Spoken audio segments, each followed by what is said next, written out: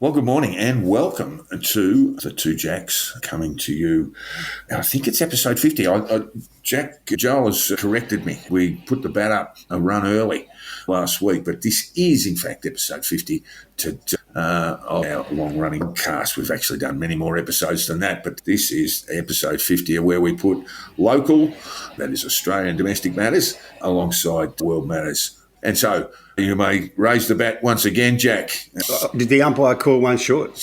Yeah, I think we must have just run one short. I have been known to do that in my career. Yeah, so joining me, as usual, of course, listeners, is Hong Kong Jack, all the way in Hong Kong. We've got a little bit of breaking news today. That is a story that we've been following fairly closely on this podcast. Scooped by the Australian, of course, the brilliant John Ferguson, and that is that Erin Patterson, the woman who was believed to have prepared a meal that led to the poisoning deaths of 3 people, serious illness to another, has been arrested. She is yet to be charged and is in custody at Wonthaggi Police Station. Very interesting story unfolding there. We don't know what, if anything, she'll be charged. We do know that she's legally represented, and under those circumstances, as a lawyer, Jack, what's the best approach? No comment? She won't say a word. Yeah, one would expect that she'd probably be charged within a day or so, late today or tomorrow. Yes, and we'll keep our listeners updated on all of that as it unfolds. Really an enormous story, probably one of the biggest stories of the year, at least in terms of that sort of true crime genre. But we're moving on now to matters political and geopolitical. We did see what are we talking about? I think it's 5 of the last 6 prime ministers. That doesn't sound enough, really, because in the last 10 years or so, they got a use-by date of about 6 months. But they issued a statement in support of Israel in its battle in Gaza. But there was one omission, Jack, and that was Paul Keating, who refused to sign. Yes, I'm told it was that the idea came from Josh Frydenberg, but then it was written by Malcolm Turnbull. And I'm just thinking about the writing progress would have been pretty terrible, because Turnbull and Rudd in particular would want to be changing things and rearranging things. Yeah, a lot of redrafting. Yeah. But of course, Paul Keating said, perhaps mistakenly, that the letter that was signed by the previous prime ministers, all but him, living prime ministers that is, was prepared by the Zionist Foundation, Jack. Well, it could have been. I have no idea. The gossip. Well, that's what he said. Yeah. And Turnbull came out on Twitter and said, basically, this was written by us, not by anybody else. Yeah, I doubt that Howard, Abbott, Turnbull and Rudd would just sign on to something that somebody else had written. I would think that they would have some input into it. As I say, Rudd and Turnbull in particular would have plenty of input. Yeah. That would be a competition to see who thought they were the smartest man in the room. Well, if we look at Twitter as a barometer of Australian society, which would be a wrong thing to do, we would say that Paul Keating emerged from this triumphant. But look, I don't see it as a bad thing that he has opposed this, has not wanted to get involved in the writing of this letter. What do you think his justification is, Jack? I read it and I still couldn't work it out. Look, I think it's perfectly okay for him to have his own view on this. In fact, all of them have their own view. I've got no problem at all. What we have here, the letter says there is no more tenaciously evil race hatred than anti-Semitism. This is the letter written by the former prime ministers, with the exception of Keating.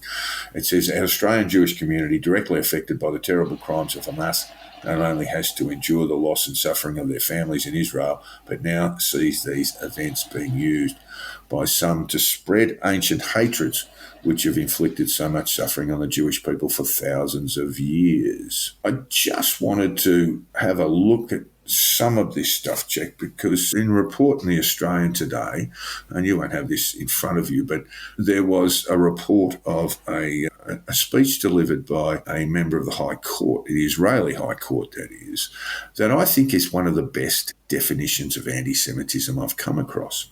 The speech was made by Israeli High Court Judge Jane Jagot, where she spoke about the horrific impacts of anti-Semitism, and saying hate speech towards Jews was highly prevalent today, which we know to be true, fueled by conspiracy theories from the COVID-19 pandemic and enforced by white supremacists. And here's the definition. singling out or excluding a Jewish person because of disagreement with the policies of Israel involves the anti-Semitic fallacy that Jews are an indivisible and non-indivisible whole that can be somehow equated with and held collectively responsible for every action of Israel. Don't you like that? Yeah, it's okay. I don't like calling it anti-Semitism at all. I just call it Jew hatred.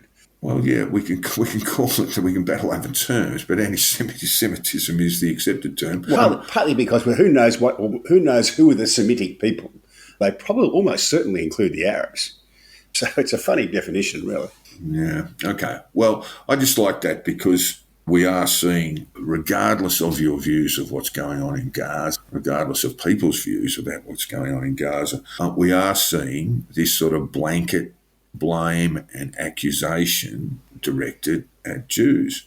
We'll get to some of the I would be more precise than stuff. More precise than that. I would say that we're seeing more than the usual amount of anti-Semitism, if you want to call it that. I suppose that's right if we're talking about quantum, but we're never, when we look at the Conditional Release Program and look at fringe politics in this country and various movements, the freedom movement, the anti-vaccination movement, and went deeper into those groups in particular, and they've been up and about now through the pandemic, you scratch away and there is this really raw anti-Semitism behind it.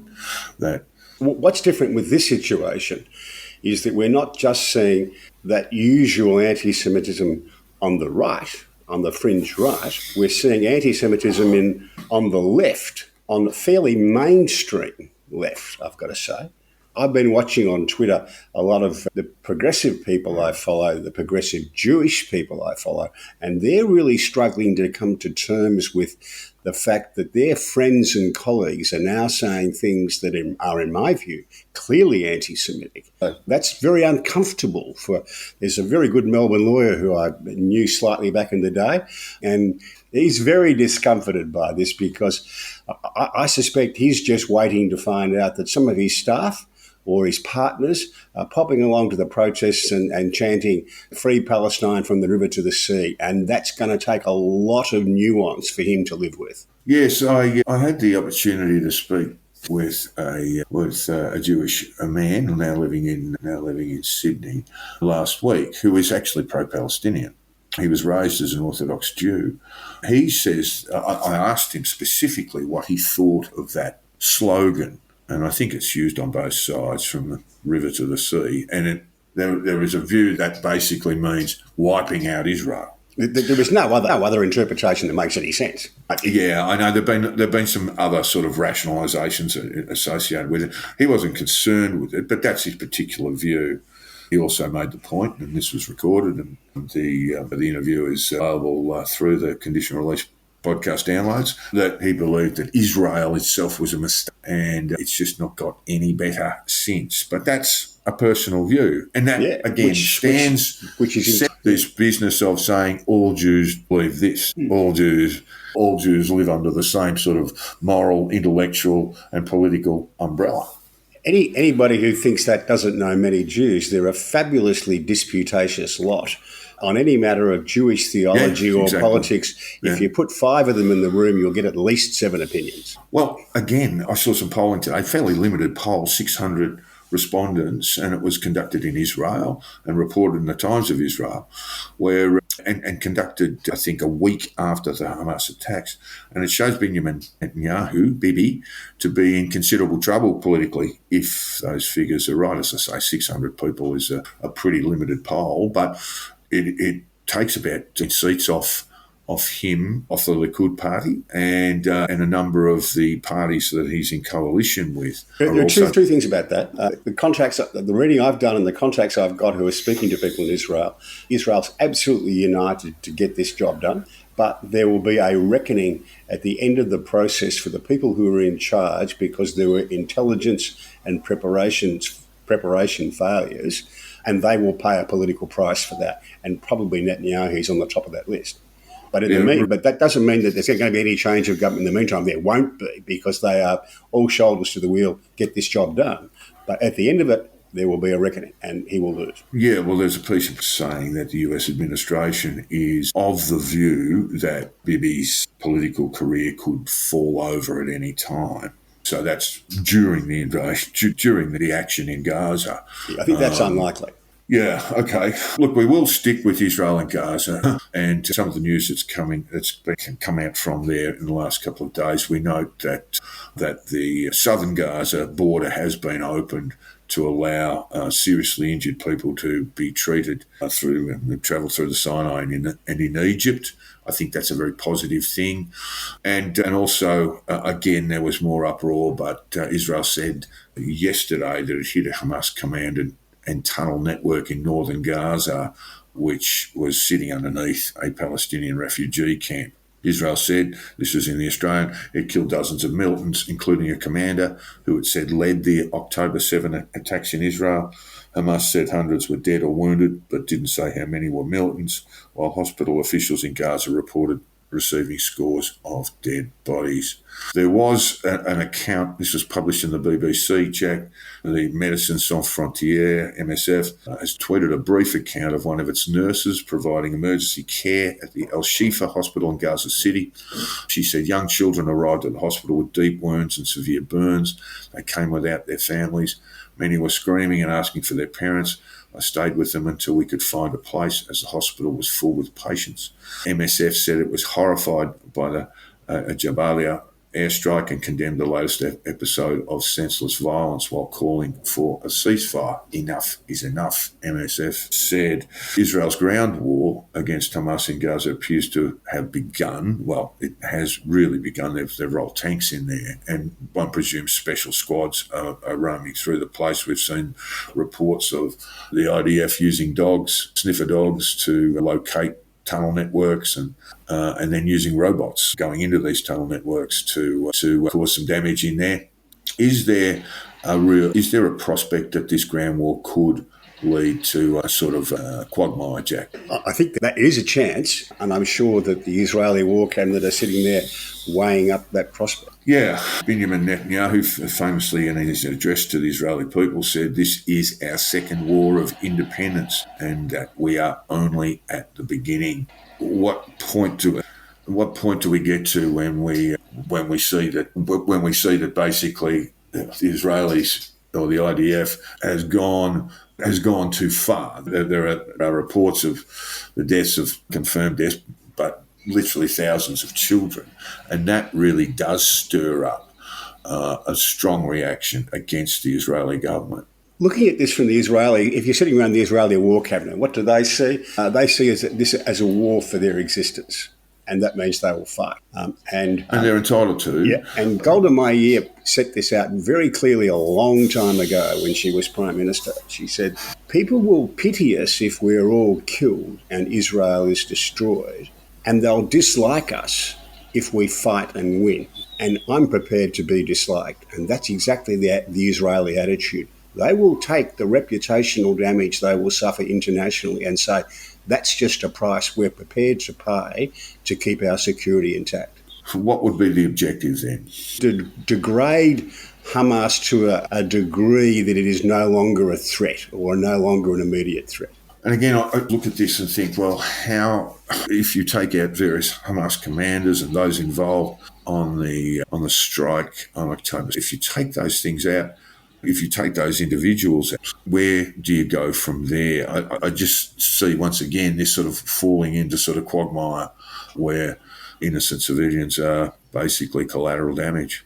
It's going to face the citizens of Gaza with a choice whether they want to shackle themselves to losers and barbarians or whether they want to make a better choice. Interestingly, the last few days there have been looting at UN supply depots because the UN provides the food. Hamas takes the view that they can spend all the money that's given to Gaza on fighting a war with Israel. Yeah, that's right. Because it believes that 75% of the Gazans are in fact refugees, so they're not their responsibility. They are the responsibility of the UN to feed and to educate, etc., etc. Right? So the UN covers all that. Hamas is a political organisation, first and foremost. It is the government of Hamas. A health department, but essentially its business is trading in rockets and missiles from Iran and other places, and neglecting the people that they are supposed to be looking after. A quick reminder to our listeners, there hasn't been an election in Gaza for now 17 years. Yeah. There was a skirmish at one of the UN depots yesterday when some Gazan soldiers, some Hamas soldiers went to collect what they thought was their fair share, and they were driven away by locals, by Gazans. Hamas might be going to find out over the next week or two that, as we know, hungry people are angry people. Yes, indeed. And look, it's just a reminder when we go back to that 2006 election that Hamas got 44% of the vote. Now, it got the majority of seats in the Palestinian Parliament, the Palestinian Authority Parliament, which extends into the West Bank, but only 44% of the vote, Jack. So there's another 56% out there, presumably, don't want Hamas or are opposed to Hamas. But then what they did was to kill off the representatives of the Palestinian Authority in Gaza, and thousands of them take power. And hold power. And, yes. And rumours of elections have been quickly dismissed, not an election since. So is that a possibility that the Palestinians will turn on Hamas? That's one of the possibilities. Look, there are going to be some difficult choices to be made. If you were sitting in the war cabinet, Israeli war cabinet, and they came to you and said, look, we've got really good intelligence that a Hamas leader, one of the architects of the October 7 atrocities, is in a bunker. Unfortunately, the bunker's underneath one of the UN refugees. What do? Do you drop the bomb or not? It's a difficult choice to make. That's the sort of choice they're going to be making, sitting around that table in the Israeli war cabinet. Well, yes, but I'd also caution, I would say Israel plans bombing attacks with almost like they go to the lawyers first. Yeah. And say, let's have a look at this, and let's look at this morally, ethically, legally. Whereas Hamas and Islamic Jihad, they're just firing indiscriminately at civilian population. The Israelis can target their rockets. The Islamic Jihad, as we found with the hospital, are not very good at targeting their rockets. They'll land short, all that sort of stuff. Oh, yeah, and there's a history of this. So when we looked at the hospital in southern Gaza there, it's an Anglican hospital, and the early reports were 500 dead, the hospital destroyed. We still are yet to get a casualty toll from that strike. And the hospital's still there. And the hospital remains standing. It was said to be basically destroyed. And all the available evidence, look, you said it last week, and I think that's probably right. We'll probably never know who was responsible for it. We can look at the OSINT boys and boys and girls who are very clever at determining things based on locations, and that's that sort of internet-based or satellite-based interpretation or analysis. But overall, it would seem more likely than not that Islamic Jihad were responsible for that bombing, but we'll probably never know. In the absence of a detailed investigation undertaken by presumably someone connected to the UN, Jack. But that wouldn't be a reliable investigation because the UN the UN are not a good faith player. Yeah, there's all sorts of problems with that happening, but the UN, for that matter, are saying that they are conducting war crimes investigations on both sides, which is a little bit difficult to understand given that you can't have investigators on the ground for a start. So in the fog of war, you're probably never going to know with great certainty who's responsible for what. But overall, and certainly my view, is that Israel is more targeted in its strikes into Gaza than Hamas is in Israel. And its strikes against an Islamic Jihad, for that matter, was indiscriminate rocket fire. The UN Human Rights Council has a position on this, unsurprisingly. But if you run your finger down the column of who is the members of the UN Human Rights Council, you would wonder why it exists. Yeah. Well, the UN is a reflection of the world, isn't it? And it is a walking, talking reflection of geopolitics around the world where basically all nations are represented, the good, the bad and the ugly, and often the ugly come to the fore in places like the Human Rights Commission. Yeah, I'm not an anti-UN person. So there are a lot of people who think it should be abolished. It's just a reflection of the world. Yes, and I think it performs a useful role. We all, the good, the bad and the indifferent, need somewhere to talk to our friends and our enemies, and the UN does that. It's when it ventures into other things and starts pontificating and trying to be a moral force that it's just a joke. Right. Okay. Well, we're just going to look at some reactions around the world to the attacks, the retaliatory attacks into Gaza, and The we'll reactions see. around the world started before the retaliatory attack started, I can tell. Well, yeah, look, yes, but let's look at, for example, Dagestan, where its airport was overwhelmed and a mob running around looking for Jews to persecute, which sounded very, very ugly, and Putin was forced into saying, "Oh no, it's all under control now." But that sounded extremely ugly. There've Yeah, been the video of that looked awful. Like I was, just awful. a lynch mob, really. It was a lynch mob, yeah, absolutely. In London, there have been protests all around the world. There are huge protests against Israel, about 100,000 people in London. And again, we've got no problem with anyone protesting, and even people running around chanting, not just here. I saw this in New York, Jack, a clip there, Intifada everywhere, which is, you want to be careful what you wish for there, I suggest. The Czech Republic is a bit of a standout, Jack. Yeah, the non-Russian Eastern Europe generally is. Yeah, and this comes from the Czech Defence Minister, Jana. She said, one must not stand silent in the face of a second Holocaust.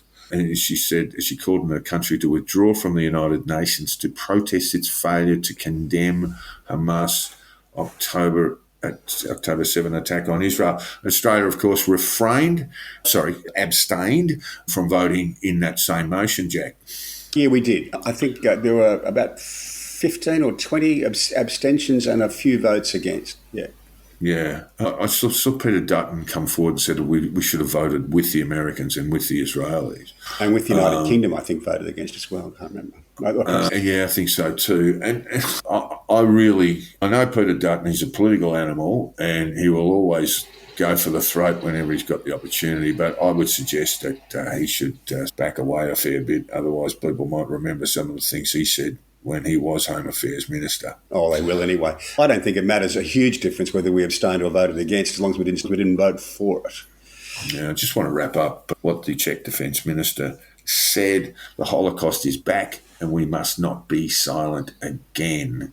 New York, I did see some footage there. I follow a number of Jews in New York who were a little bit startled to see people walking around the streets there screaming for an intifada. But look, again... And tearing down, what's very popular in New York and London at the moment is tearing down the posters of the hostages. I saw someone, a New Yorker, doing just that. And he was, I don't know if you saw the clip, but he was approached by, they were just New Yorkers as well, who were most upset that this would happen. And this rather rough-looking fellow said, look, mate, basically, in very New Yorker, since he wasn't using mate, he said, look, this is free speech, and you will not tear these things down. And there was a very apologetic New Yorker there with a couple of posters that he'd ripped down off lampposts. Yeah, the chap concerned, I saw an interview with, is a building worker from Queens of Italian-American descent, and he sounded exactly like that. It was quite amusing, really.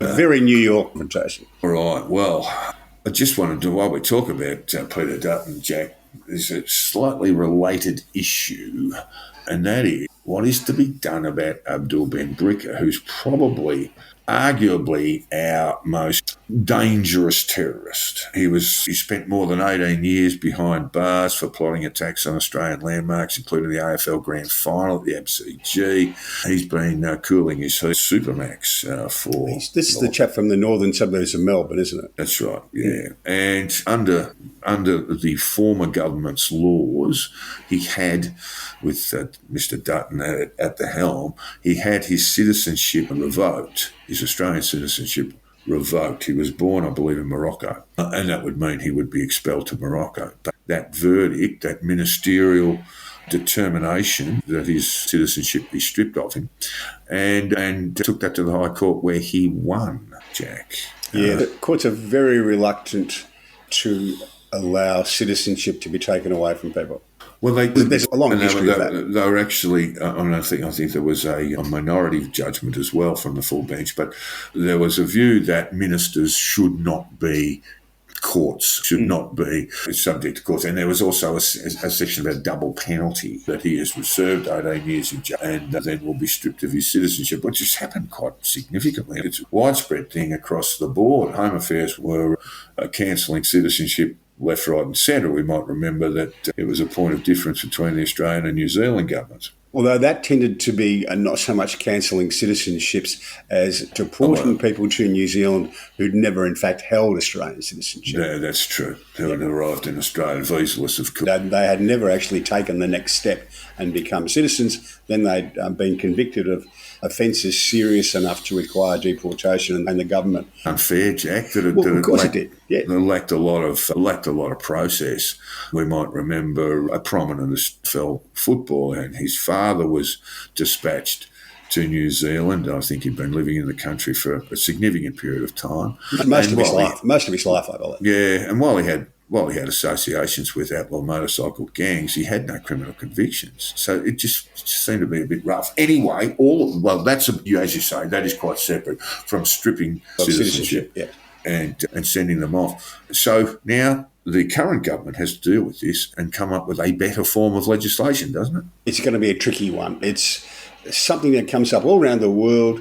Is how much tolerance do you give the intolerant? It's a good point. And there isn't. What you don't want to do is get subject to a successful challenge again. You've got to get it right. And to be honest, in my view, there's really never an easy answer to it. So there is a bigger problem here, and Benbrika is just a part of it, that around this time where we did have extremism, plotting terrorist actions in Australia, and those people were brought before the courts, in many cases convicted, sent off to prison for 10, 12, in the case of Benbrika, 18 years, probably at the very pointy end of sentencing. And now a lot of them are due to be released, Jack. Yeah, the thing about that is when you jail them, you think the problem's solved, but it very rarely is. And besides, banging these people up in, I think they're in Goulburn Supermax, aren't they? Most of them. And they tend to be banged in the same units together. So there is zero chance of rehabilitation, if you like. Well, they don't have any sort of, there's not a lot of prisoner interaction in Supermax, and that's one of the things you are isolated. But the thing I just wanted to point out is that, as you say, these people will be released. The AFP can apply and get supervision orders, or I don't think they even have to apply in the first instance. They can just obtain supervision orders. But there is this major problem that we've got of fairly dangerous types. We talk about deprecated and complex, but it's the first thing to say is if you don't want to do programming, if you are convicted of terrorist offences in this country and you don't want to undergo the state cannot force you to do that. How possibly the AC? Because the Greens think we should be told what to think, but nobody else in the country agrees with that. Oh, you've been following the flailing in the Australian at the moment, particularly over Harbour Drug. I'm a bit of a libertarian about... I sort of found it a bit hard when they said, well, you get more for a traffic fine, a speeding fine, than you do for possession of ice. And it's almost got a skull and crossbones around it. Well, but it does amuse me that you face a worse penalty for trafficking. It's like the old joke about the injecting room... For traffic offences rather than trafficking. Yeah, it's like the old joke about the injecting room in the heroin injecting room in King's Cross, that you can put anything you like up your arm, but because it's a government property, you can't fire up a rocket. Well, yeah, that's what happens. And it has, I understand that when you prohibit something, there will be a consequence. Yeah. And so now I think the prisoners blow up microwaves trying to create a sort of fake cigarette. And it's just really dumb. It really is just stupid. Be handing out the bits and hedges, I reckon. Yeah, Abdul Benbrika, he's a convicted terrorist, but we don't want him smoking. Yeah. Yeah, okay. Look, it's a really interesting one to follow, is this. There are some fairly dangerous people who are on their way out. Yeah. Now, some of them may be rehabilitated. Some of them, and in the case of Benbrika, probably aren't, and are going to be troublemakers when they get out. I guess my view of that is that we built a nice, big, spanking new building for ASIO in Canberra. They're going to have to earn the money. Yeah, well, the AFP will be doing most of the surveillance and supervision work. The misinformation bill, Jack, we just want to touch on this. I wrote about it last Friday. Yeah, I read your piece in the paper on Friday, and I thought someone must have hacked your account. Look, I hate disinformation because you know how damaging it is, but I've taken the view that governments can't do anything about And therefore... We did have a Barney about this about 6 months ago. Look, disinformation is fucking terrible. And again, excuse me, and then again, and this sort of stuff, the sort of disinfo that comes about, well, I cited the example of Robert Kennedy Jr., who was deliberately anti-Semitic. I've taken that view that some of this stuff is extremely harmful, and you have to know, you have to accept that first. So my first instinct is stop it. How do we stop it? On reflection, I don't think this is a role for government. What it is a role for media and more broadly society, that we have to identify this stuff, drag it out of the shadows where it exists and where it is really harmful, and point out why, not just that it's false, but why it's deliberately damaging, why it's a deliberate form of propaganda. This dispersal. The solution to misinformation is more information. Well, yeah, that's pretty glib though, because you actually really do need to do concerted work on this. The Conditional Release Program does a fair bit of it, and our friends at Tinfoil Tales do a lot more of that sort of work, where they identify the sort of the mischief makers and the nonsense that they spread, and people, given social media and the broad sweep of the internet and so forth, and people's disaffection with government, they can find themselves in very dark places very quickly.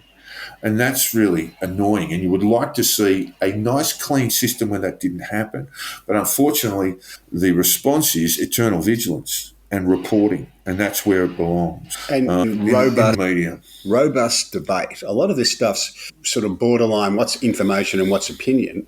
And the best response to that is let's have lots of robust debate. Yeah, look, it's okay. Yeah, that's a response. But how do we deal with someone who, the cliched example is, cries fire in a crowded theatre, but more often than not, let's say, spreads misinformation around vaccination, childhood vaccination. We've actually seen a rather disturbing decline by about 7% in childhood vaccinations in this country, driven by these disinformation spreaders. So how do you respond to that? You respond to that with facts and rationality and then look at their backgrounds, and you do the whole journalist thing. And presumably someone goes up to Byron Bay and places like that and makes funds of the influencers who are doing the most damage with this. Yeah, I just cannot see how government or a government agency, a quasi-government agency like the Australian Media and Communications Authority, can be beefed up to deal with this stuff. I just don't see how that will work. First off, it can't be immediate. It will be subject to a bureaucratic process, so it will take months for them to make a finding and prepare a report and list their actions. So what are they going to do? They're going to say, Jack, that thing that you read 11 months ago wasn't right. And you're going to go, what was it? You forgot what it was. No. So that's why government moves slowly. And I did use the Mark Twain comment in it that the lie goes halfway around the world while the truth's still tying its shoelaces. And that is essentially it. Media failures, there are just so many of them. The one that I get back to, and it's linked to the Me Too movement and those sorts of things, is this Jimmy Savile. How anyone in media could have looked at Savile and thought, oh, he looks hunky-dory, we'll let him go. And so basically went to the grave unpunished for his many crimes. Over 1,000 victims, girls, boys. They're dead. He was a necrophiliac as well. And that is a failure, not just of media, but it is a broader failure, I guess you would say the UK or the Brits themselves, to properly investigate people. Media first, but the nation had put this guy on a pedestal. And once there's a documentary that's been running around now for a little while, in fact, over a year, but once he got his knighthood, courtesy of Margaret Thatcher, once he got his knighthood, he knew then, no one's going to touch me now. No one's going to come at me. I'm too powerful. I correspond with Prince Charles, now King Charles. I have powerful friends everywhere, including in the poor. So it really is a message to us on disinfo and misinfo, to journalists, myself included, get your act together. This is how you deal with it. You identify it, you identify those people who are spreading it, and you show their motives. And that's basically all we can do. Yeah, that's got to be robust. It's got to be right across the board. There should be no sacred cows in that regard, and that's good journalism. Anyway, it was always struck me that the government was the worst possible people to be doing this. Only because, but for the right, not only, because for the whole host of reasons, but that we've identified, not least of all, governments don't move very quickly, but also because it does make governments at least appear to be prohibiting freedom of expression. That's never a good look. That's never a good look. It's the same sort of thing. The Kevin Rudd, Malcolm Turnbull push for a Royal Commission into what they call the Murdoch Empire News Corporation, and it's just like, this is something that you shouldn't be even thinking about going anywhere near. Otherwise, we will have a problem with a free press in this country. Yeah. Just because you don't like stuff doesn't mean people have got to be bundled off into divvy vans and businesses destroyed. There are a lot of people on Twitter who think that only information and opinion that they approve of ought to be allowed to be published. It's bigger than Twitter. I mean, we see it expressed in Twitter, but it is society. But there's a whole lot of people, some of them quite prominent, who seem to believe that only opinion and information that they approve of should be allowed to be published. Nothing else should be allowed to be published. Yes, absolutely right. Okay, Jack, working from home. Sorry to disappoint your listeners. We're actually agreeing on something here. Yeah. Working from home. Jack, what do you got against it? You do it, I do it. What's your problem? No, I don't have anything particular against it. I just think it's an interesting social phenomenon as to how long it's going to last. I think there are some drawbacks with it. I can certainly go back to some of the jobs that I've had where you learn from the fact that you are there with people when they're doing stuff, that you just can't do it, that you could never replicate that learning process with remote working, in my view. Well, there are Zoom calls. There's that sort of artificiality of the meeting, the person to person or person to persons meetings and things like that. Hasn't technology largely solved all these problems, Jack? No, I don't think you can ever learn. I could never have learnt to negotiate settlements and deal with clients in the way that I did if I had to do that remotely. I learnt to conduct remote tribunal hearings very early in the piece, from about 1998, I think we first had the remote tribunal hearings. So they didn't have the expense of flying us to Port Hedland or Christmas Island. And you can learn to do that, but it's difficult. But you could learn to do that with a base of having done it in person before. I don't think you could start doing it by video. Yeah, no, well, I think when it comes to legal matters, court proceedings and so forth, I find it very difficult to see how that can happen, although it is adopted across. There's some jobs you can't do remotely. You can't be a remote bus driver. Yeah, no, that's right. Well, not yet anyway. Well, maybe if Elon Musk goes his way. I don't think there's any particular social harm here, but what it does do, Jack, is actually diminish the sort of hub of our cities. And you've got people there who have invested in businesses that might be your local cafe or your local sandwich bar or a pub or a restaurant, who have basically chosen to locate themselves and paid high rental or lease for the premises in the CBD, now to see their traffic is almost gone. So there'll be going to be a huge knock-on effect in terms of commercial real estate in our major cities. On the other hand, there are people who say, well, I can't afford to open a coffee shop in the CBD, so I'll open one in my neighbourhood in North Fitzroy or somewhere, and they've been going really well because people have been wanting to get out of the house and go there and do it. Now, it also it works better for the well-off, I've got to tell you. I mean, it works better for the people who can dedicate a room in the house to be the home office and all that sort of stuff. It doesn't work very well in Hong Kong, where you've got two lawyers with two kids and a helper living in 900 square feet, and everyone's working around the same dining room table trying to do Zoom calls. And I occasionally watch Telegram. I'm just sort of amused by this stuff, but there's a sort of New York rental sites where people walk around saying you've got a one bedroom and it'll cost you $3,000 US a month for a one bedroom with a tiny little kitchen, even smaller bathroom, and essentially it's like a studio. And I just look at that and go, how could you live like that during a lockdown, for example? We'll get to lockdown shortly. But how could you live like that during the pandemic? And, of course, New York City was hit very badly by the pandemic. And, it's just things you'd be screaming to jump on the train and jump on the subway and get into an office where you could talk with people and move around a bit. Yeah, well, they closed restaurants here for a day And then they realised people couldn't feed themselves without having restaurants. They very often don't have kitchens, etc., at home to do so. Government is imperfect, Jack. But Australian Retailers Association New South Wales Small Business Commissioner Chris Lamont said, who was bemoaning the work from home culture and now urging people to go back to their offices. And I love this comment, Jack, and we'll tear it apart in a minute. If government, he said, can do something really constructive for Brisbane, Sydney and Melbourne, it is to put a mandate on public service returning to work.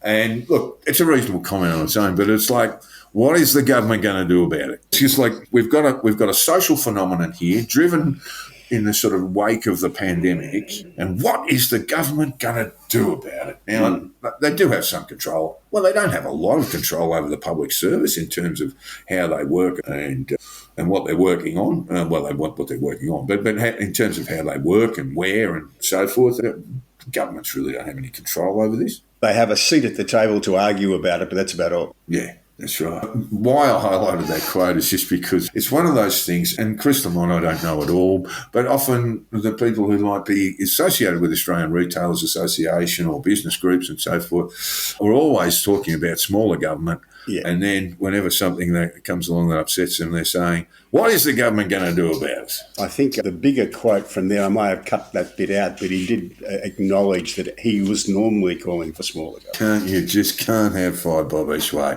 Well, you can. Well, in this sense, you can Tuesday next week. We'll go through the Melbourne Cup stuff shortly. We better get on. A Labor Greens coalition, good idea, Jack, because the Greens... In Victoria, at least, it would be welcoming the remnants of the old socialist left back into the party. That's who the Greens... Well, yes, this came from Shane Rattenbury and it was published in the Australian, but Labor would be looking at this and going, what are we doing now? This doesn't... No one's even spoken to us about this. But the Greens are saying, no, for a few pieces of silver, we'll join into a coalition with you. Well, for a ministerial job and a big white taxi driving, I'll sign up. Yeah. And look, we promised to behave ourselves, and they never ever do, of course, over that rental freeze business, which is just an entirely unworkable sort of nonsense that they put together, that somehow Anthony Albanese or the housing minister could just put a rent freeze through when it's all under state and territory jurisdiction. Just absolutely startled me. But there they were screaming, jumping up and down. They're not good friends to have. Then nor was that part of the socialist left in the old Victorian Labor Party. Well, yeah, it really was. There was a sort of view in the commentariat going back perhaps 15, 20 years ago and I guess strong around the 2010 election and minority government, that the Greens and Labor were basically cut from the same cloth. But what has actually happened is that, as you say, that the harder SL wing of the Labor Party has been stripped bare and basically wandered across the aisle to join the Greens. A little bit different in New South Wales. It was the old communists who formed the basis of the Greens there. Yeah, I just had this awful remembrance of that wedding ceremony where Swanee and Julia Gillard sat there with Bob Brown and I can't think who else, all with their corsages of wattle on them. Yeah. I can't remember a worse moment in Australian Labor politics than that. The optics, as they say, was just awful. And someone smart in the party should have said, we're not doing this. Yeah. If you want to sign an agreement, we'll do it over here in behind closed doors. Yeah. There was the Andrew Olley lecture delivered by my good friend Lee Sales, and she had some very sensible things to say, Jack. And I'll just read part of it. One is that some reporters prefer to be activists and crusaders rather than fact-finders or straight reporters. They enjoy their heroic status among the tribes of social media or their subscribers. I'm not sure they can even identify their own bias. Others haven't had enough training to understand what independent journalism actually is, or their organisation has an ideological bias, and the reporter knows the way to get ahead is to toe the line, etc. It's well worth a look, listeners. It gets to that point that we were talking about before, how crucial straight up and down independent reporting is. And people say, you work at news. You know this because there's a big word that starts with O at the top of the page, opinion. Where straight reporters, and I know a lot of them, they're all very young guys, they just get on and do the job. They get on and do the job, and they are encouraged to do that job. And they're encouraged to do it. And that means basically reporting as you see it. Part of the reasons for this is historical. I blame that movie, dreadful movie, All the President's Men, that missed the what actually happened during Watergate and on the reporting of Watergate. The two reporters didn't bring down President Nixon. No. What brought down President Nixon was his own party turned against him. But it made reporting look like an exciting thing to do where you were an activist and changed the world. And that changed journalism in the Western world forever because it started to attract lots and lots of almost all university graduates to the job. Before that, reporting, being a newspaper reporter, had been a largely working class pursuit, and people were trained to report. They weren't looking to be there to change. They were close. That's the job. Yeah. Journalism is chronicling, and that means what you hear, you write down. Right? Yeah. And who, what, when, where, how. Yeah, and without any institutional bias, and let the editors sort it out at the end of the day and publish what's being reported. It's a fairly straightforward exercise. I agree with you, this sort of gotcha moment or the heroism of journalism. And we do know that journalists are, particularly foreign correspondents, very brave, do incredibly brave things to get stories to people, including, and there have been, my understanding, about 30 journalists killed in Gaza so far. So my old mate Steve Kinane wandering around trenches with a bulletproof jacket on and a helmet on, reporting from eastern Ukraine. It does require a great deal of bravery, but there's also courage in just reporting it as you see it. Anyway, your old pal Lee Sales did a sterling job with the Andrew Walley lecture, I think, and I particularly liked it. Well worth reading. You'll particularly enjoy the story of her parking in Ita Butterow's car park at the Ultimo headquarters of the It's Ripper. I didn't know that. Yeah, that was her intro to the Andrew Walley speech, and it's a fabulous little vignette, I've got to tell you. I imagine, I've been at ABC car park many times, I imagine, and I can't recall, but I imagine Ida's car park's fairly strongly labelled. Yeah, oh yes it was. There's no doubt about that at all. Yeah. Over the United States, the Trump legal stuff is just a cascade. It's almost impossible to tell which one's going on at the moment. What we have at the moment is the New York civil matter where a judge has already found Donald Trump to have behaved fraudulently in overvaluing his asset. And now what is being considered is the penalty. And that involves putting the Trump kids in the box. And on reports this morning, Donald Trump Jr. gave evidence at the moment. It was of the I don't recall type, unsurprisingly.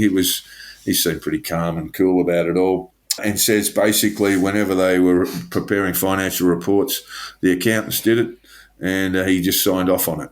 Probably not bad evidence to give at the moment. There was a rather funny comment made that whenever it came to the Trump Corporation's finances, Junior would have a look at it and pass it over to Ivanka for analysis, and then if they decided they were going to send a reply, Eric Trump would lick the stamp.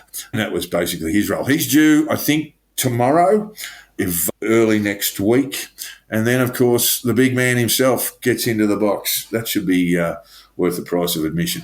Yeah. A mate of mine put this, American mate of mine put it this way. Just imagine you're living in a swing state, maybe Wisconsin. So you're a factory worker from Kenosha or Green Bay. You voted Trump, you and your wife both voted Trump in 2016. You voted Trump in 2020 and your wife didn't. And you're watching the news and this comes on and your wife says, look, this judge in New York's discovered that Donald Trump told some lies and he big-noted himself and he exaggerated how much money he had so he could get a loan. And the husband's going to turn around and say, it's amazing what the things they find out these days. Who'd have ever thought that could have happened? I'm guilty of that. But then they're now determining the penalty, and the penalty may be that he's unable to conduct business in the state of New York, Yeah, this will get hosed out on appeal, I can assure you of that, because the state of New York, the senior parts of the judiciary in New York want deals to be able to be made in New York, and this would make deals nearly impossible if you had this sort of stuff going on. I just don't think there's a political, particularly the New York case, there's just not a political cost for him to pay. Oh, well, there may not be a political cost, but $50 million is going to be a bit of a problem. Only if it holds on appeal.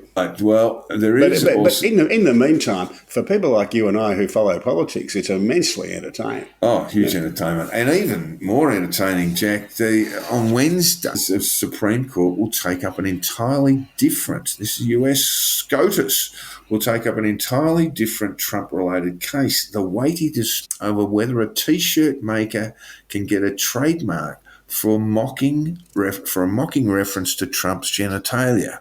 Too small. And that has actually gone all the way to the US Supreme Court, which is even funnier. It is. I'm not sure these two things related, but I think it was one of the New York Magazine editors who described him as a short-fingered Bulgarian. That may have nothing to do with it. You know. He does have those very small hands, and he just doesn't like to be.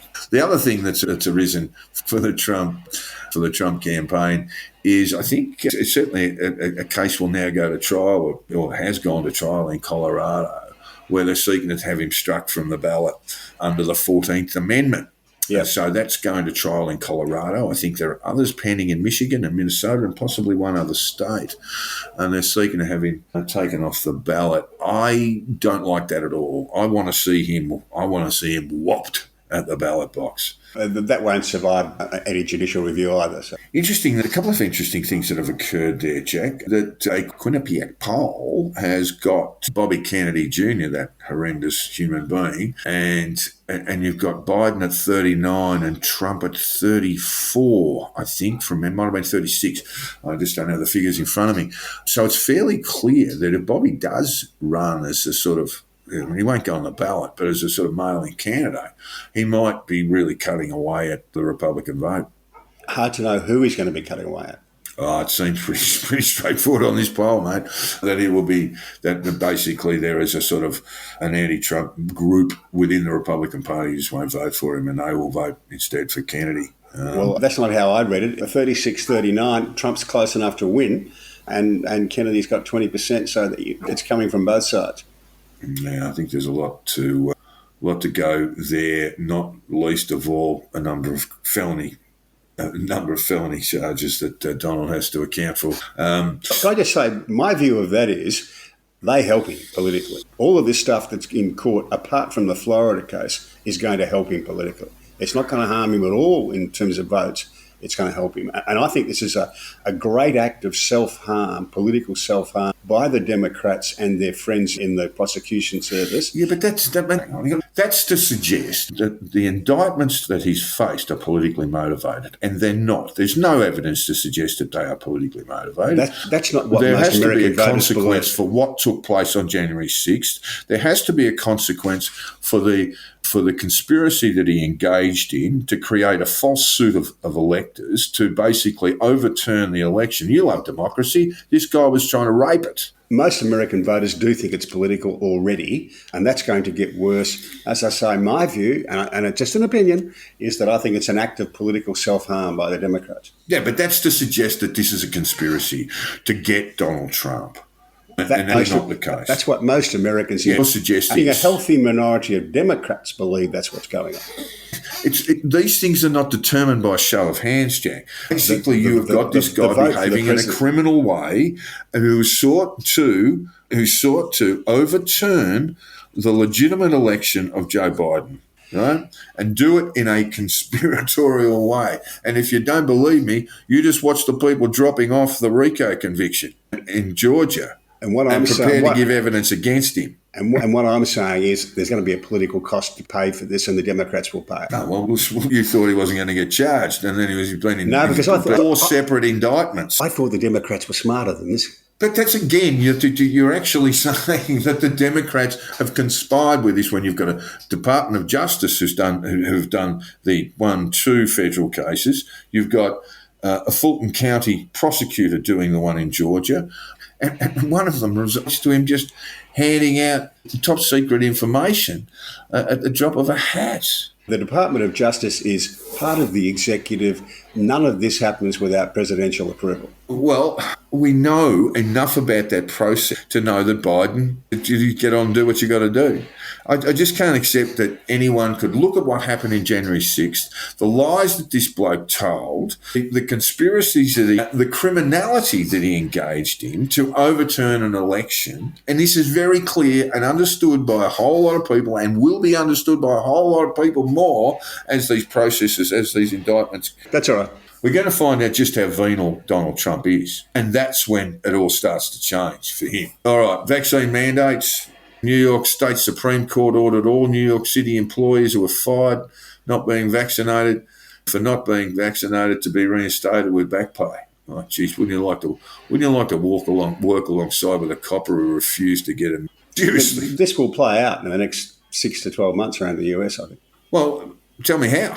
We talked about we had an Adelaide Crows a women's footballer who was an intensive care nurse who said, I don't want to get vaccinated. What do you think? She's going to wander, we're just going to let her wander around the ICU?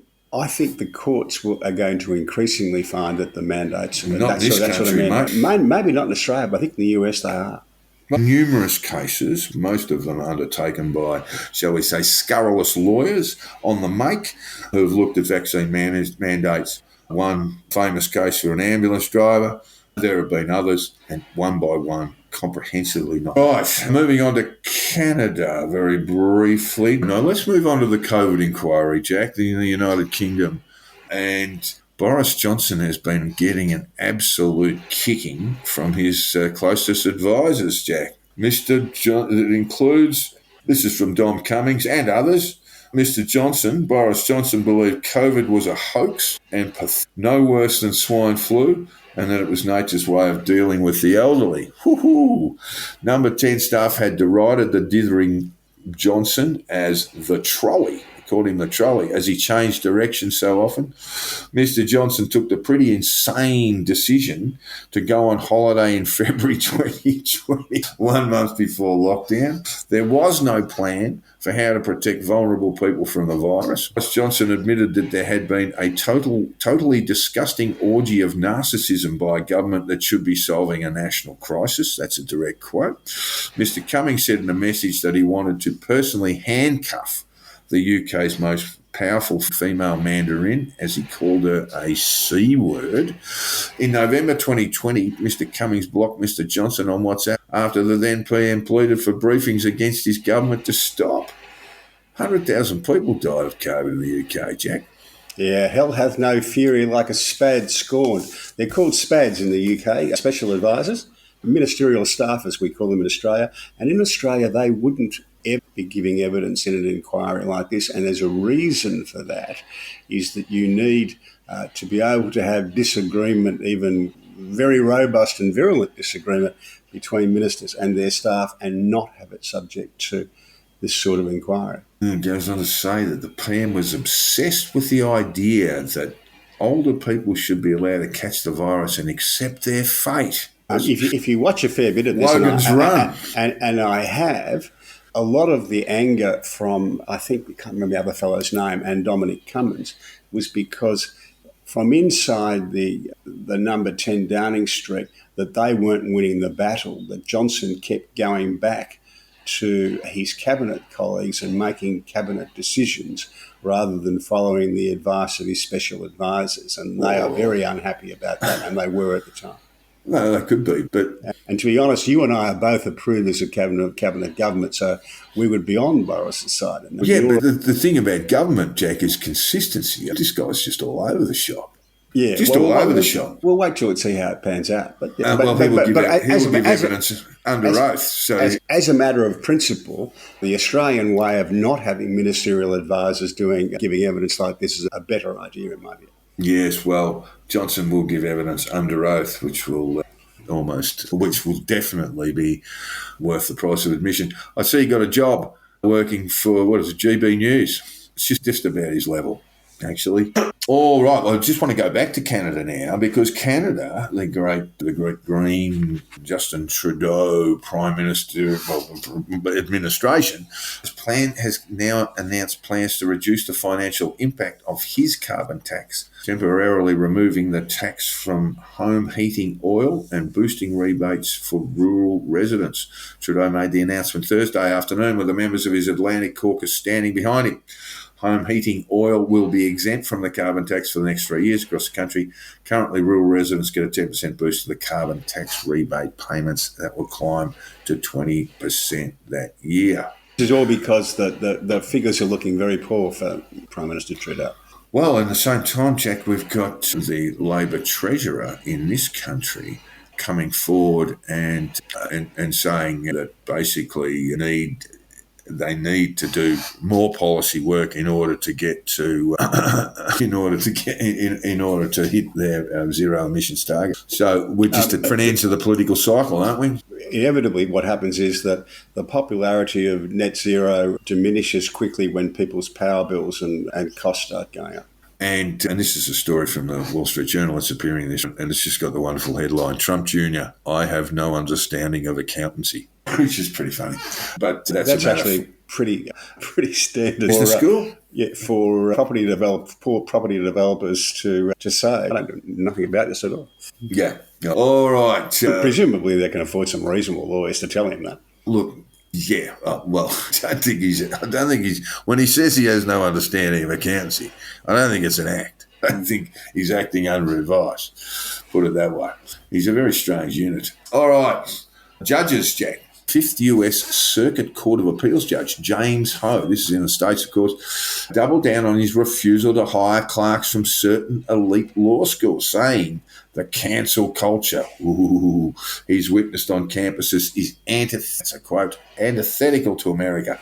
The real problem, and I'm quoting again, with the academy is not disruption, but discrimination. He said, rampant discrimination against mainstream views held by millions of Americans, but disfavoured by cultural elites. Good Lord. What's he looking for a gig at the Aussie Spectator? But disfavoured by the cultural elites who control the national discourse. Oh, my Lord. The important thing he said was too many judges are motivated by personal achievement, social climbing, and cowering to public dissent as opposed to public service. If your whole life's purpose is to wear black robes, then maybe you shouldn't. And I think that's a very good point. People who want to be, if you want to be a judge, if you want to be a politician, but you can't be both. Yeah, fair enough. But he's being a politician with all that nonsense. But just going back, circling back a moment to cancel culture. Cancel culture is going to die, and I can tell you why. Because one thing that the Israel-Gaza thing has caused is that the cancel culture doesn't just apply to part of the population. It's applying right across the board. And the people who are very keen on cancel culture are now suffering the consequence of it at Harvard and Penn State and Stanford and all those sort of places. And they are very keen now to wind it back, and they will. Well, cancel culture is just a sort of lurid term, but basically it is, we want to stop anybody we don't agree with. And it comes from the left and it comes from the right. And that's what's happening on now. People are having job offers taken away from them because of their statements on Israel and Gaza. People, donors are pulling funds from of these universities are now issuing statements saying, no, that's over. We're going to stop that. Yeah, you're drawing a fairly long bow if you think that if you're looking at social consequences in the US of the Hamas attacks and the Israeli response. I just don't see that happening at all. But look, I think it's cute from the judge to talk about these things, to talk about how judges should be apolitical while making a political statement. All right, on to sport, and it is racing season now. We will not get a chance to talk to you listeners before the Melbourne, but let's just kick it off. But we'll get on to that in a moment. Hong Kong wins the first Cox Plate. What's going on there, Jack? It's just about the biggest win that a Hong Kong horse has pulled off. A cracking race, best Cox Plate since about 1992. I placed it. The Hong Kong horse got up by a nostril. Yes, I did see it. Well, look, I remember back in the days of making my lads mags days, we did a Melbourne Cup special where we were reporting from George Freeman's grave, and we got his Melbourne Cup tips, but you had to buy the magazine and have a look and find out what they were. So what are your tips for the Melbourne Cup? I still like Gold Trip. I've been sticking with it, but I've been watching the videos of the favourite, Vauban, who's really an Irish hurdler. He's won on the flat in the UK and France, in Ireland and France, but he's really a hurdler, but he looks the goods as well, so he'll start favourite and could well win. But there's 24 in it, and there's a couple of good horses who are going to get in down the bottom end of the weights that are always a chance. All right, you might want to... Well, these haven't come from George Freeman, from the grave of George Freeman, but they have come from a very good friend of mine who watches this stuff very closely.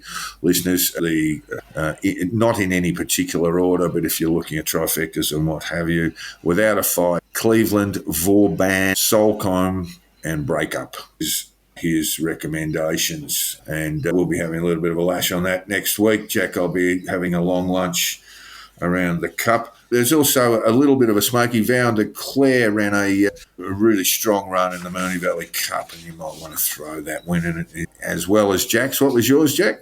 Oh, I think Gold Trip can do it again, but I don't think Solcombe can win, but the other ones in your list are all good chances. And probably less of the overseas influence this year, Jack. And the VRC. A good Vauban's an Irish horse. Gold Trip, Without a Fight, they're all imported gallopers. They're brought into the country to run here, but they were... Well, the VRC is stringent on the overseas this year. No visiting nags get into the country, that is, unless they've passed the most stringent health checks known in the world of horse racing. It means there are far fewer imports this year. That's a good thing, isn't it? There are two groups of overseas horses now. There are the ones who are brought in just to run in the Cup, and then there are the wider group of horses that have been purchased and brought over here and run for maybe a year here before they... Even testing the jockey's health stringently, Jack. Yeah. This is basically a way to respond to the acute embarrassment of having horses die in the Melbourne Cup in the race. Yeah. So, yes, the immediate impact of that is fewer international horses this year, which is probably a good thing. All right, the Rugby World Cup, the South Africans, as you and I predicted, although it wasn't a great piece of punditry, the Saffers won it. Yeah, they got the win narrowly, and there was a red card about a 20-minute mark, and the New Zealand captain was sent off. I'm never a fan of big matches being decided by red cards, but unfortunately for him, it looked a red to me. Was it? Yeah, you thought it was legit, but it's such a big call. Such a big game, such a big call. I don't know. They should do it like the State of Origin. Just take them off. You can punch on as much as you like. Well, that was a State of Origin from a few years ago, or State of Origins from a few years ago, where they could just punch on and then just go back to playing 5 minutes later. Yeah, well, the New Zealand captain was definitely the hit was head high, and he didn't hinge at the waist, didn't bend at the hips at all. So that's a red card. I did see him interviewed saying that he would have to live with this for the rest of his life, Jack. Sounds awful. Well, that's New Zealand for you, isn't it? Eddie Jones, Jack, he's not living with for a lifetime. He's moving on. Yeah, he is. What do they do? What do they do? You can see why they did it. Eddie's got a history of giving teams a sugar hit in the short term, and they thought they could get one out of him. It just didn't work. And he's got to go because their problems are much deeper than the coach. They've got to really start again. All right. Yes, that would be one of the more predictable pieces of sports news. Eddie Jones in no longer coaching the Wallabies. And it would be unwise to put all of the ARU's problems at his feet. This is a top to bottom job, a top to bottom rebuild. Yeah. Well, the whole board should go. Start again. The whole board should go. Phil Waugh, who's the CEO, said, well, what are you going to do? He goes, look, maybe we'll have a schools cup where Joeys will play Kings. And you go, what is going on? Not an answer. That's not an answer at all. No, they've got to look at the NFL, the successful organisations in the country, and say, how are they going to? Well, what are they doing differently to us, and replicate it. Yeah. I agree. The Cricket World Cup, Jack's been fantastic. Some fantastic cricket being played at the moment, and none better than the South Africans at the moment. Won the Rugby World Cup. May well be on their way to a World Cup final. They're blasting sixes at a phenomenal rate. They've broken their own records and broken the tournament records for number of sixes hit by one side. Made mincemeat of New Zealand last night. Australia, of course, and had, I think, just the one lapse, and I'm thinking it's against one of the minnows, but it may well have been Afghanistan. I'm not quite sure. Australia in the top four. They play England. Oh, it might be tonight, Jeff. But that's their next game against England. If we want some amusement, if we're ever looking for some amusement, let's have a look at England, who are basically, they've got 8 World Cup champions in the squad, and they've won one game. They're going very ordinary into the Jim Maxwell covered himself with glory last night. A mate sent this through me to Jim Maxwell, the ABC commentator. Yes. He's on Twitter, and he was commentating, throwing a bit of commentary in on the South African innings, and with, I suspect, a little bit of help from autocorrect, the cock growing. Yes, look, he is.